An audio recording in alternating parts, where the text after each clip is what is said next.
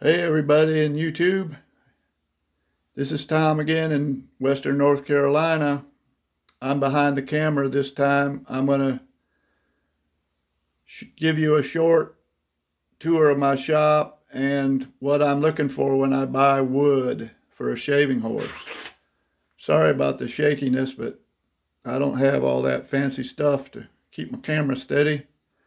Anyway, this is the shaving horse that I'm trying to show you guys how I make it. Anyways, you'll notice that there's different length pieces. The rails, the long piece under the seat are 4 feet. The back legs are roughed out at 2 feet, 24 inches. The front leg roughs out at 26. The levers, that long piece up and down there, is roughed out at 34, maybe 36. And then there's some short pieces in there that make up the backup head and the ratchet head and things like that.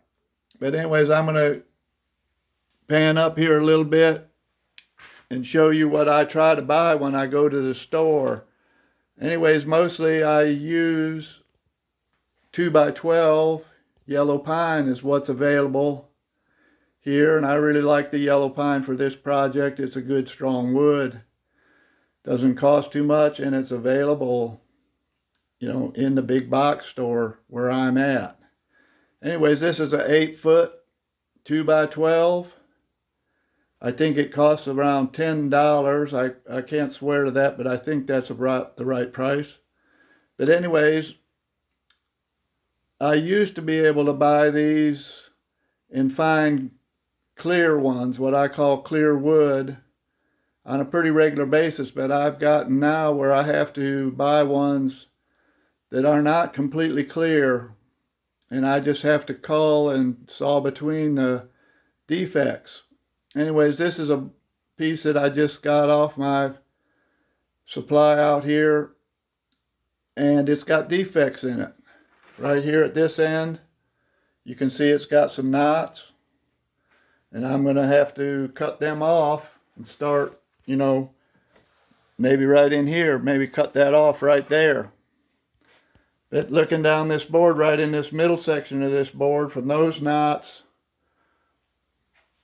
down to this knot here, I'm surely I can get a 4-foot piece out of there that's a pretty nice looking piece of wood. And then at this end, sorry about the camera, or about me as a cameraman, but see there's a defect on this end, but then there's this defect up here, but there is 24 inches between here, and I can cut off some here and get a 24-inch piece. That would make back legs. Let me pan back a little bit. This piece up here is a 4-foot long piece that I just cut off of another board just a minute ago, and I'm going to make 2 rails out of that piece, and the front leg also comes out of that, and I'm going to show you that in probably the next video. All right, I'm going to pan around here a little bit. There's a couple of shaving horses that I use and student uses. There's a sander, there's another sander. But anyways, here's that 4-foot piece I just showed you. Here is a piece of wood. The other end of that piece of wood had this big old defect in it. But I bought it anyways because it had that 4-foot piece and it had a 2-foot piece that were good. I'm going to go over here, trying to walk slow and hold my hands steady. But anyways, here's a little stash of my 2-foot pieces. But see, these are all, I've called these out before, hoping maybe I'll get some small piece off the side of them. You see those knots? Here's a defect. It's just a big old tear out.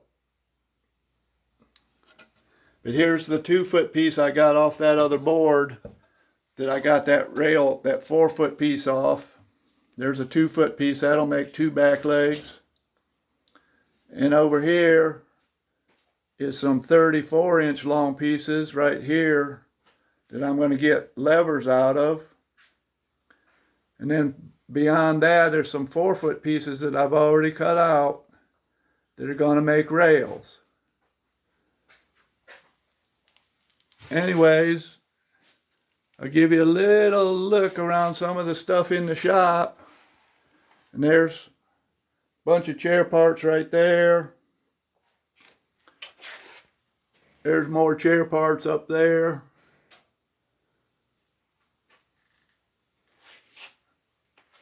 There's more chair parts and clamps and stuff over there.